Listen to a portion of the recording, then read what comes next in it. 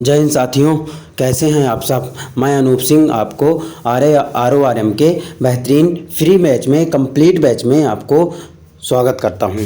तो मेरे भाई, मैं आज स्टेट ऑफ मैटर आपके लिए लेके आया हूं, जहां से आपके एग्जाम में एक क्वेश्चन बनेगा। जैसे कि आपको पता है, जैसे बॉयल लॉ हो गया, चार्ल्स लॉ हो गया, आइडियल गैस इक्वेशन क्या होती, यहां से बेहतरीन आपके एग्जाम में एक न्यूमेरिकल RORM में बनता है। तो ध्यान से इस चैप्टर को पढ़िएगा। नया है तो चैनल को सब्सक्राइब कर लीजिएगा। अब मैं दोबारा नहीं बोलूँगा, क्योंकि मेरे भाई आपका सपोर्ट तो बनता नहीं है। इतने बेहतरीन तरीके के साथ में मैं आपको फ्री में केमिस्ट्री करा रहा हूँ, लेकिन आपका कोई भी सपोर्ट नहीं दिखाई दे रहा है।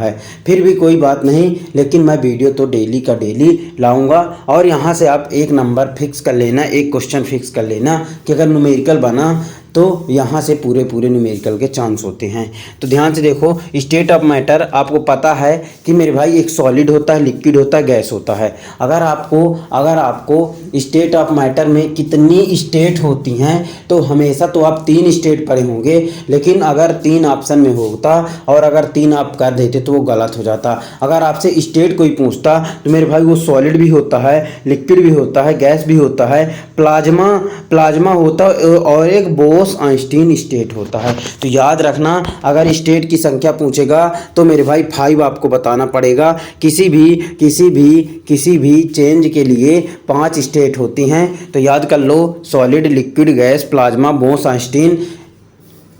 आइंस्टीन। तो ये हमेशा याद रखना मेरे भाई कि आपके सवाल में डायरेक्ट बनेगा। अब आप ये सोचो कि मैं प्लाज्मा आपको बताने लगूं, यहाँ का आपका समय नहीं है, क्योंकि अगले महीने में आपका एग्ज़ाम है। आपको पता है मेरे भाई, बहुत कम समय है आपके सामने।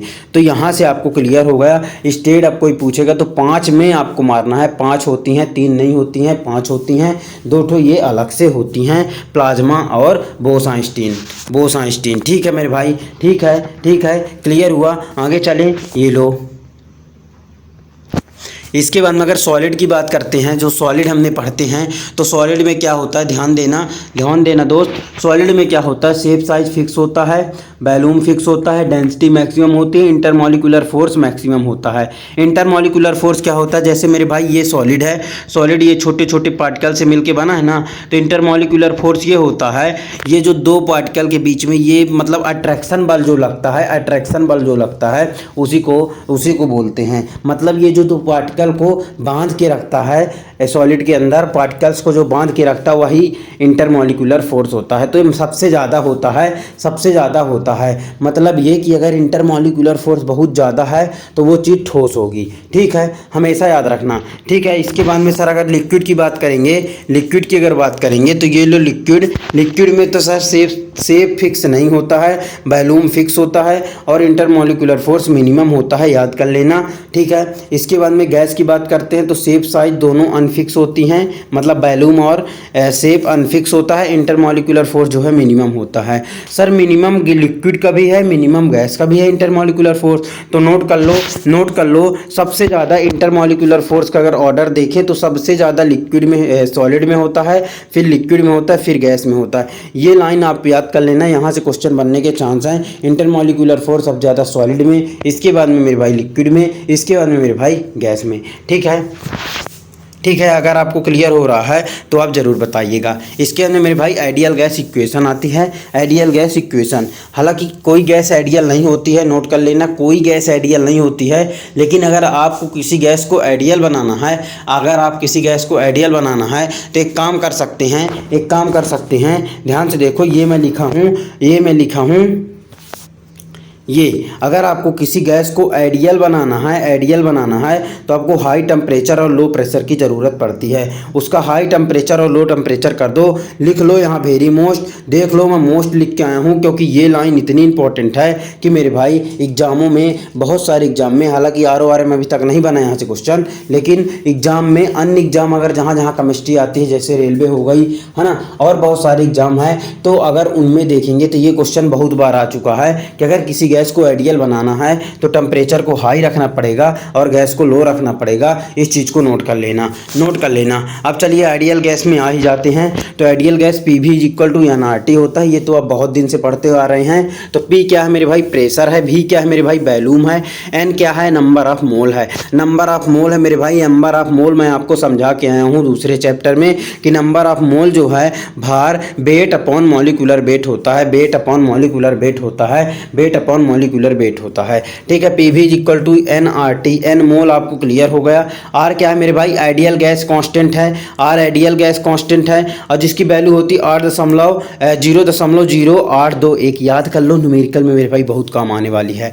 ठीक है, R। इसके बाद में T जो है टेम्परेचर है, जिसे मेरे भाई हमेशा केल्विन में लिखना है। T क्या है, टेम्परेचर है, हमेशा केल्विन में लिखना है। अब ध्यान से देखो, एक चीज़ मैं आपको सिखाता हूँ कि डिग्री सेल्सियस को केल्विन में कैसे चेंज करना है और केल्विन को डिग्री सेल्सियस में कैसे चेंज करना है। क्योंकि मेरे भाई आइडियल गैस कांस्टेंट की जब भी आप न्यूमेरिकल करेंगे तो आपको T को सबसे पहले मेरे भाई केल्विन में चेंज करना पड़ेगा। केल्विन में चेंज करना पड़ेगा क्योंकि मैं बता के आया हूँ कि जो T है वहाँ पे वो केल्विन है। जो T है उसे केल्विन में रखना है। तो ध्यान देखो, मान लो 27 डिग्री सेल्सियस को केल्विन में चेंज करना है। किस में चेंज करना है मेरे भाई, केल्विन में चेंज करना है। तो कैसे करोगे मैं आपको बताता हूँ। 27 डिग्री सेल्सियस में कुछ भी मत करो, 273 ऐड कर दो। 227 में से 27 में 273 जब ऐड करोगे, 273 जब ऐड करोगे तो 7 3 10, 7 2 9, 7 2 9 1 10 मेरे भाई 2 1 3, तो 300 केल्विन आपका आंसर। क्या क्लियर हुआ। अगर कोई भी डिग्री सेल्सियस में लिखा है केल्विन में चेंज करना है तो प्लस 273 कर दो। 5 बार बोलो। अगर कोई चीज़ डिग्री सेल्सियस में लिखी है केल्विन में चेंज करना है तो 273 जोड़ दो, 273 जोड़ दो। और मेरे भाई अगर कोई चीज़ केल्विन में लिखी हुई है, जैसे 300 केल्विन को आपको डिग्री सेल्सियस में चेंज करना है, 300 केल्विन को डिग्री सेल्सियस में चेंज करना है, डिग्री सेल्सियस में चेंज करना है तो कुछ नहीं करना, 300 में से 273 माइनस कर दोगे, 273 माइनस कर दोगे तो कितना आ जाएगा, 27 डिग्री सेल्सियस आ जाएगा। दोनों लॉजिक आपके क्लियर हुए। बहुत बहुत बहुत इंपॉर्टेंट है क्योंकि मेरे भाई जब PV is equal to NRT का जब आप न्यूमेरिकल करोगे तो याद रखना P दिया होगा, V दिया होगा, N की वैल्यू दे देगा, R की वैल्यू दे देगा, है ना। और मेरे भाई T की वैल्यू डिग्री सेल्सियस में दे देगा तो आपको केल्विन में चेंज करना पड़ेगा। केल्विन में चेंज करना पड़ेगा, केल्विन में। अगर आंसर डिग्री सेल्सियस में मांगेगा डिग्री सेल्सियस में भी यहाँ से बना लेंगे और केल्विन मांगेगा तो केल्विन में। क्लियर हुआ, दोनों लॉजिक क्लियर हुआ।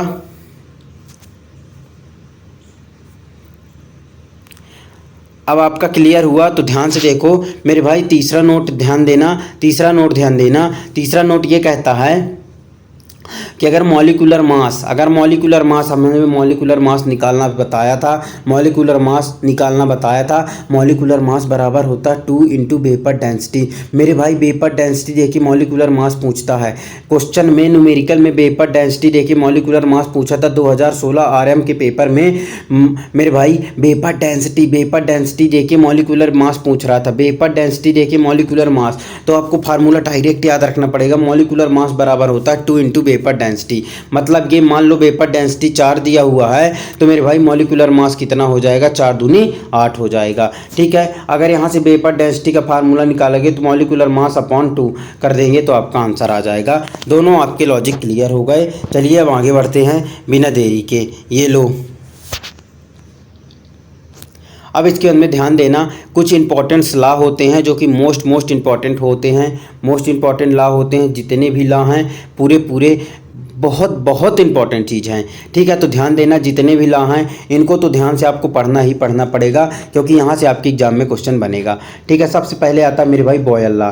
बॉयल का लॉ क्या होता है, हमेशा याद रखना, बॉयल के लॉ में टेम्परेचर को कांस्टेंट कर देंगे। देखिए आपको पता है PV is equal to NRT होता है, हमेशा याद रखना। अगर मेरे भाई इसे कांस्टेंट करोगे तो इसका मतलब ये है कि ये जो P और V है ना, केवल P और V को काम मिलेंगे, P inversely proportional to V।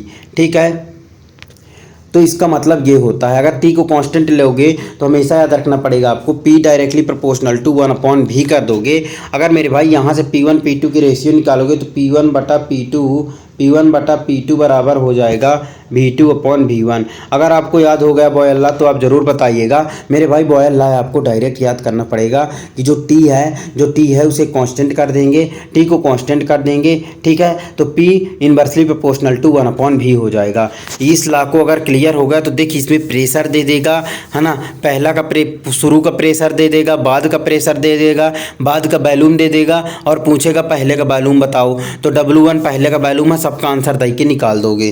Clear हुआ। इसके बाद में दूसरा आता है चार्ल्स का नियम। चार्ल्स में हमेशा याद रखना कि कांस्टेंट होता है, क्या कांस्टेंट होता है, प्रेशर कांस्टेंट होता है, तो मेरे भाई V directly proportional to T होता है। मतलब ये कि मेरे भाई अगर V1/V2 निकालेंगे बराबर है T1/T2 के। मेरे भाई आपको ये डायरेक्ट याद करना पड़ेगा, इसमें कोई लॉजिक नहीं होते हैं, डायरेक्ट याद करना पड़ेगा। ऐसे ही यहाँ से क्वेश्चन बन जाएगा। न्यूमेरिकल में जिसकी वैल्यू देगा उसकी आपको वैल्यू ले लेना है। इसके बाद में सर आता है गैलुसाक्स नियम।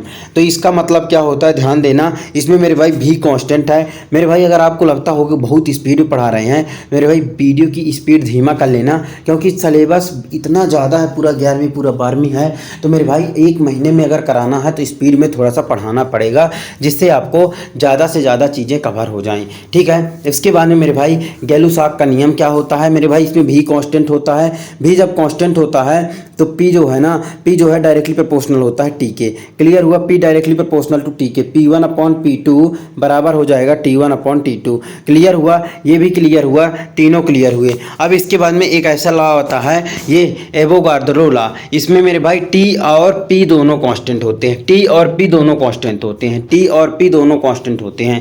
तो याद रख लेना, एक ऐसा लॉ जिसमें T और P दोनों कांस्टेंट होते हैं, उसे एवोगाड्रो का नियम बोलते हैं। और इसका मतलब ये होता है, तो V directly proportional to N number of mole जो था V1/V2 बराबर हो जाएगा N1/N2। सभी लॉ आपके क्लियर हो गए। ये लो, इसने लॉ ही थे, एक नोट डालना, अब नोट डालना, ठीक है। सभी लॉ आपके क्लियर हो गए मेरे भाई। पहले वाले में V को कांस्टेंट किया, फिर T को कांस्टेंट किया, फिर P को कांस्टेंट किया, और इसके बाद में P T दोनों को कांस्टेंट कर दिया। सभी लॉ क्लियर हो गए मेरे भाई। डायरेक्ट क्वेश्चन बनेंगे लॉ से, हमेशा याद रखना। और मेरे भाई एक चीज़ याद रखना कि ये कॉन्सेप्ट पढ़ने के बाद में आप कहीं भी प्रैक्टिस करेंगे तो अब इसके बाहर कोई भी टीचर नहीं पढ़ाएगा, यहीं से पूरे क्वेश्चन आपको कराएगा, यहीं से पूरे क्वेश्चन। बस आपको प्रैक्टिस कहीं ना कहीं से करते रहना है। उससे क्या होगा, आपकी चीज़ें, आपको कॉन्सेप्ट तो सभी क्लियर हो गए हैं। अगर कहीं से प्रैक्टिस आप करोगे, तो आपको ये पता चलेगा कि अच्छा यहाँ से ये ऐसा क्वेश्चन बनता,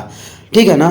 तो प्रैक्टिस ज़रूर करते रहना, कहीं भी प्रैक्टिस करते रहना, क्योंकि वो मोस्ट इम्पॉर्टेंट चीज़ बनती है।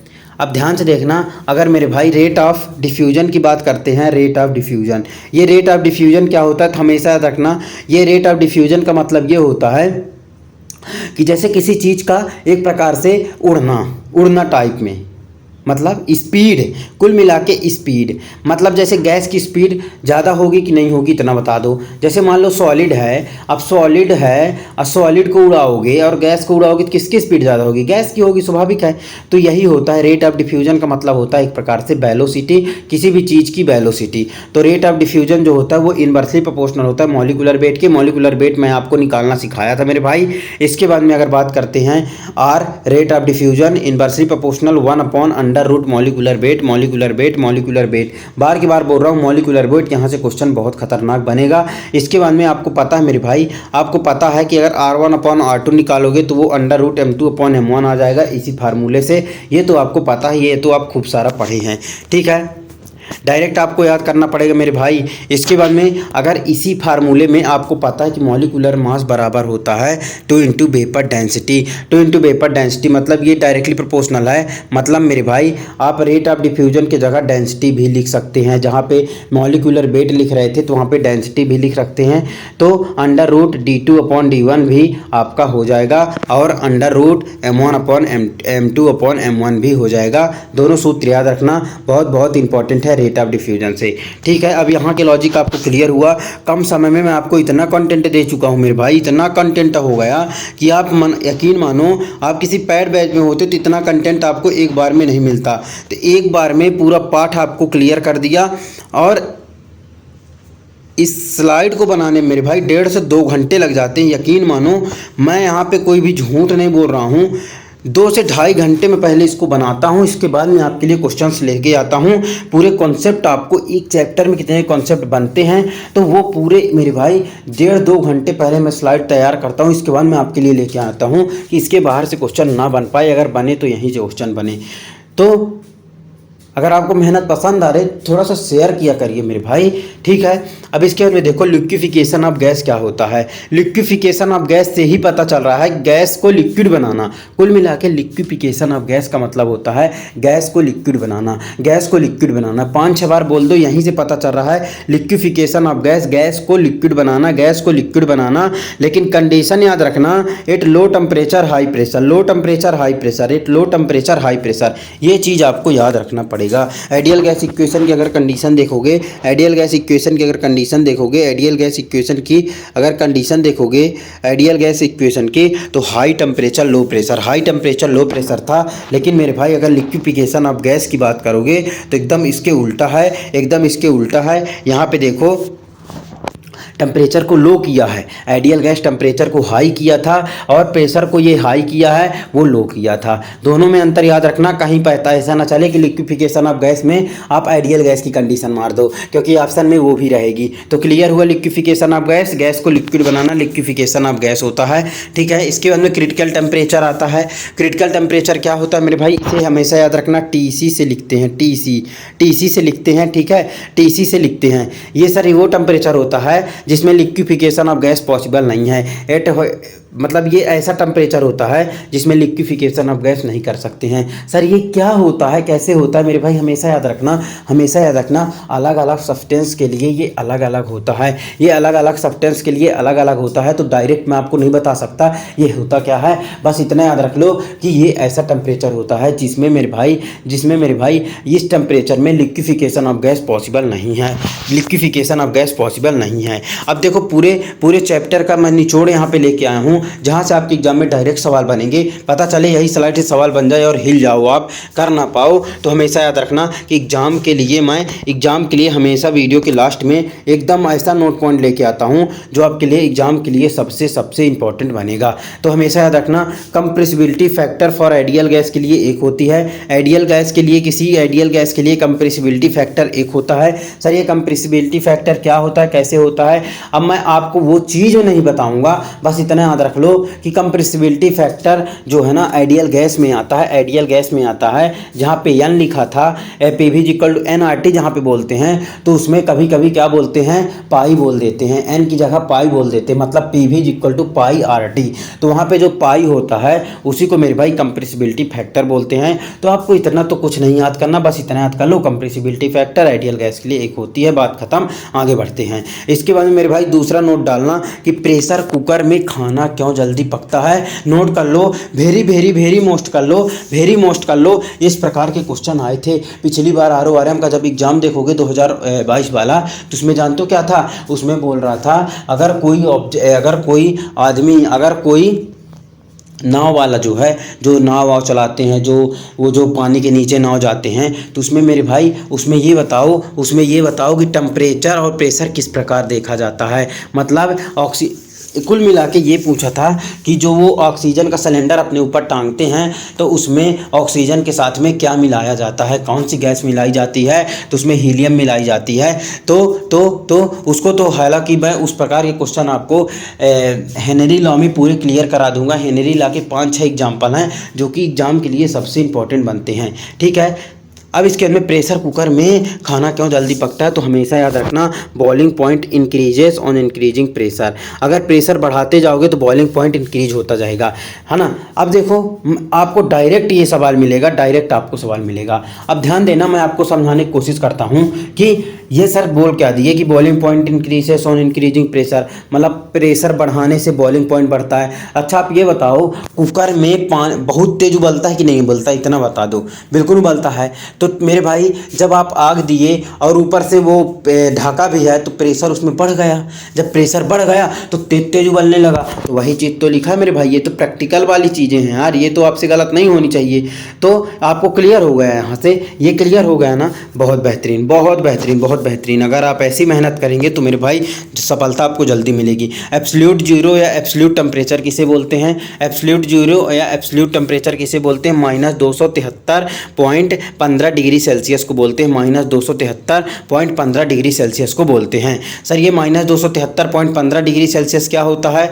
-273.15 डिग्री सेल्सियस याद रखना एब्सोल्यूट टेम्परेचर होता है, एब्सोल्यूट जीरो होता है। बाय लो डायरेक्ट याद कर लो प्लीज़ मेरे भाई। और इसके बाद में और में या कि मेरे भाई 0 केल्विन भी आपको ऑप्शन में दिखाई देगा। देख लो यहाँ पे डिग्री सेल्सियस है, यहाँ 0 केल्विन है। दोनों याद रख लेना, दोनों याद रखना। फंस जाओगे एग्जाम में, फंस जाओगे एग्जाम में अगर आप ध्यान से नहीं देखें, फंस जाओगे एग्जाम में अगर ध्यान नहीं देखें। तो मेरे भाई स्टेट ऑफ मैटर से आपके एग्जाम में जितने सवाल बनना है आपको क्लियर हो गया। और आगे की वीडियो जो मैं पीछे करा चुका हूँ, अगर आपने नहीं देखा जाके देखिए मेरे भाई, वहीं से क्वेश्चन बनेगा, यकीन मानो वहीं से क्वेश्चन बनेगा। अब दूसरी बात जो रिएक्शन वाले चैप्टर होते हैं, मतलब जिसमें नाम वाली रिएक्शन होती है, नेमिंग रिएक्शन जिसे आप बोलते हैं, जैसे सेंडमेयर रिएक्शन है ना, इस प्रकार पे वर्ज रिएक्शन, शुड्ज रिएक्शन है ना, एंडोल कंडोल्स रिएक्शन हो जाएगा है ना। और इस प्रकार की जो रिएक्शन होती है कैनिजारो रिएक्शन, ये वाले चैप्टर में आपको जल्दी कराऊंगा। इसका मतलब ये है कि मेरे भाई जब आप उन चैप्टरों को पहले से पढ़ लोगे तो मेरे भाई आपको लास्ट में दिक्कत नहीं जाएगी, क्योंकि वहाँ से भी एक क्वेश्चन बनने के पूरे चांस होते हैं। ठीक है, आरओ में तो नहीं होते हैं, लेकिन आरएम में 100% वहाँ से क्वेश्चन आना ही आना है। तो याद रखना। जय हिंद। वीडियो को शेयर करिएगा, लाइक करिएगा। जय हिंद।